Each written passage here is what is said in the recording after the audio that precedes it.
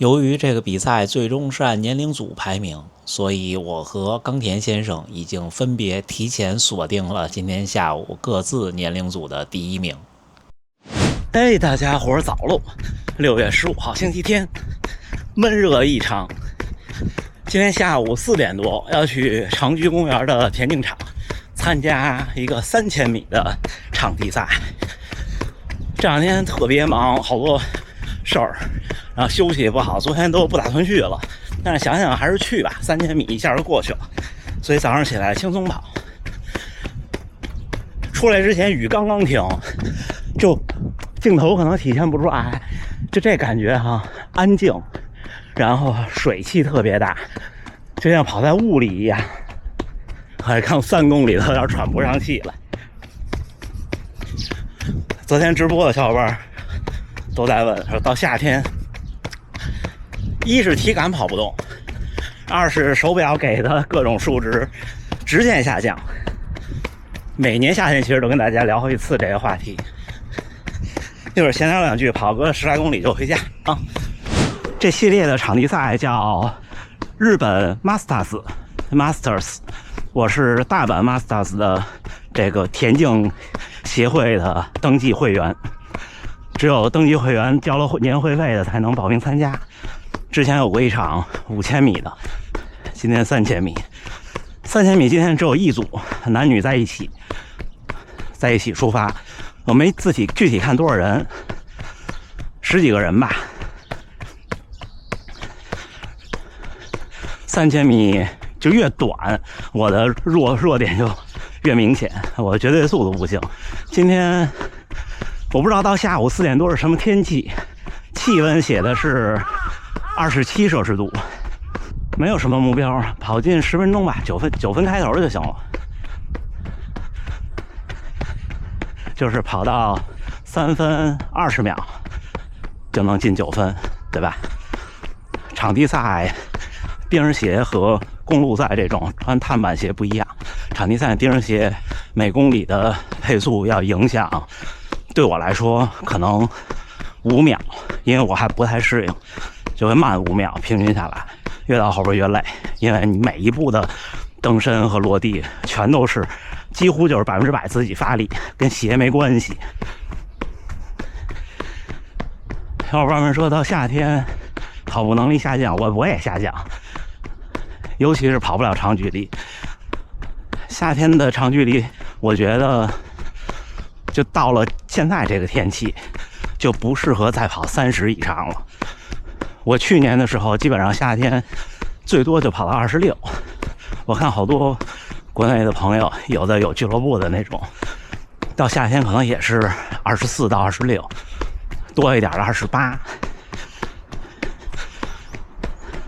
我觉得对普通人来说，这个天气坚持干30公里，第一是难度比较大，第二是有可能你这一堂长距离的课的训练质量比较差。这训练质量包括当时的，也包括之后恢复的。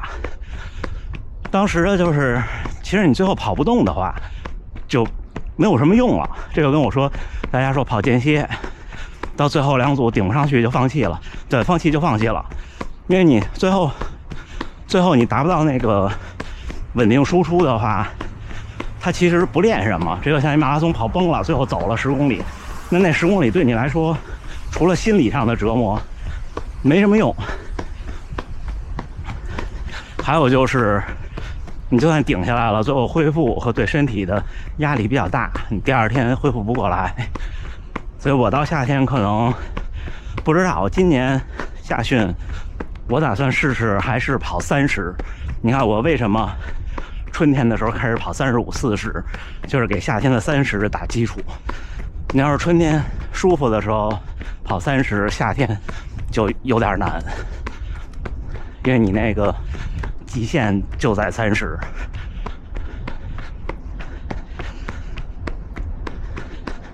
所以夏天的长距离我觉得就这样。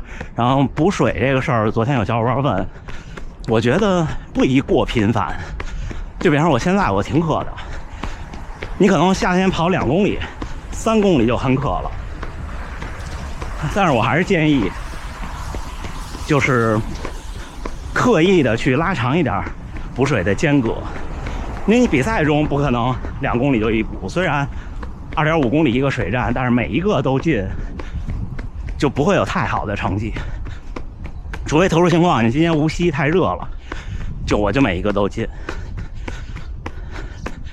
你自己日常训练的时候，差不多5公里喝一次就很可以。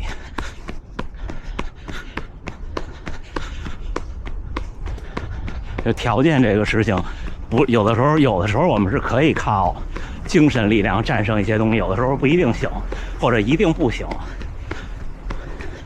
像这种炎热的条件，你看这热带国家，东南亚就没有优秀的长跑运动员，对吧？那事实就摆在这儿，专业的干这个的都不行，何况是普通人呢？到夏天维持住，就是到夏天的逻辑是维持住跑量，尽量维持住跑量，然后呢，适当的增加一些强度，因为夏天身体的恢复会稍微快一些，就我个人的体感会稍微快一些。还有就是夏天受伤的风险会比冬天小一些，所以夏天可以适当加一些强度，在维持跑量的基础上。跑量这东西，我觉得，比方说您习惯了500公里一个月，到夏天呢，可能460或者480就应该很舒适了。但是如果您平常300公里一个月很艰难，那到夏天有可能一下能掉到240。就是这个是训练水平越高，掉的越少，维持的越好。所以这也是我的一个观点，就是屏幕前的小伙伴们，如果是锻炼身体，那真的无所谓。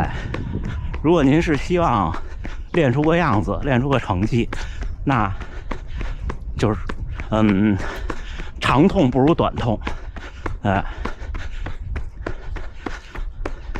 要稍微给自己一点点压力，这样的话1-2年成长起来，很快就能渐入佳境。我现在回想我那些年，就老是差一点儿，但是你真突破了也就突破了。不过我也承认差那一点儿其实也是积累的不够，你就是量变才会慢慢的形成质变，差不多就这样。柯南同向。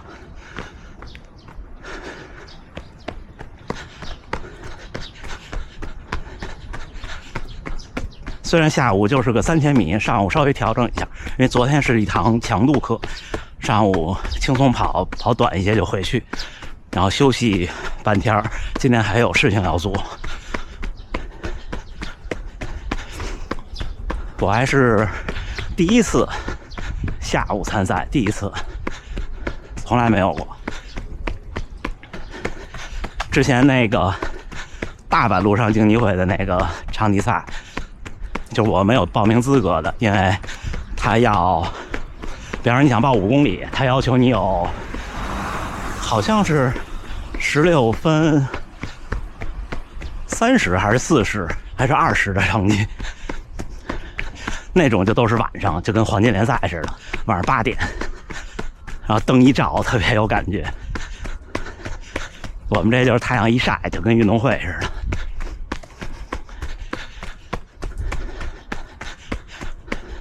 然后他这比赛是排名都是按年龄组，就是他没有这一场总的排名的奖状，都是给年龄组的。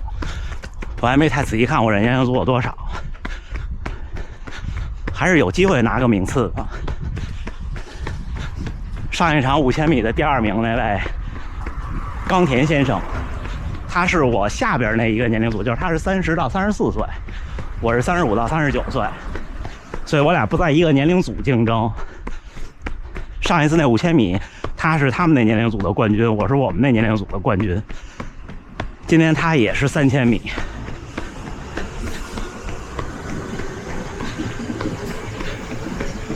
今天试试这块佳明的 Forerunner 970的场地模式，上次是 Pace Pro 的场地模式。上次 Pace Pro 的场地模式特别的准确，到最后冲刺以后，就我过官方的那个冲线的地方是4997米，就差了3米。可能是我摁表晚了一点点，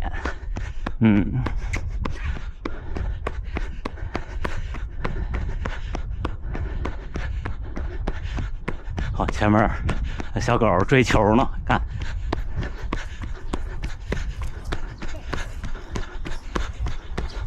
你看主人跟我打手势，抱歉。因为这边其实也是要求拴着，但是你说动物的天性嘛，早上起来就这么早这么一会儿，小狗让它有点自由的空间，我觉得挺好的，互相理解。行吧，简单总结一下，就是到夏天训练差不多就这个逻辑，长距离稍微短一点，跑量尽量维持住，多跑一跑强度，注意休息。夏天其实和冬天比有一个坏处，就是可能睡得没有冬天好，然后手表上的数呢，不用往心里去，谁到夏天那手表预测的数和你跟什么跑力也好，跑步能力各种的都会有轻微的下降的，很正常。等你到秋天跑完第一场比赛，马上就又变回来了，不用担心。然后高驰的那个体测也是，就是你在这环境下测完了以后，那个水平是很有可能比以前低的，也不用往心里去，因为不同环境不一样。就像你看今天下午的这个3000米，你让我跑得跟秋天似的，那肯定不可能。夏天的下午，对吧？这都是跟自然之间妥协一下。看今天这个湿度，我这么说了一会儿话，我觉得有点喘，你看心率都140了。行，训练之后聊啊。6月15号星期天清晨6点49，晨跑结束，轻松跑了11公里，平均配速正好5分钟，中间冲了3组200-300米，找那个速度感就差不多了，平均心率140，又开始下毛毛雨了。但愿白天湿度能散一散。下午的3000米去参加一下，找那个场地赛的感觉。场地赛也就是有这种短距离，你参加之前会有点紧张，有像3000、5000、10半马这种，就觉得好难呀。昨天观众直播的时候说，这半马真的是好难呀。然后跑完以后特别兴奋，行吧，今天估计得晚一点休息，明天早晨就调整一下，轻松跑一下，因为下午4点多的比赛完了以后会有中枢神经会兴奋，晚上可能就入睡会比较晚。行，那这么着不跟大家多说了，夏天就放平心态，好吗？最后还是祝大家能努力生活，健康平安，咱们下回再见。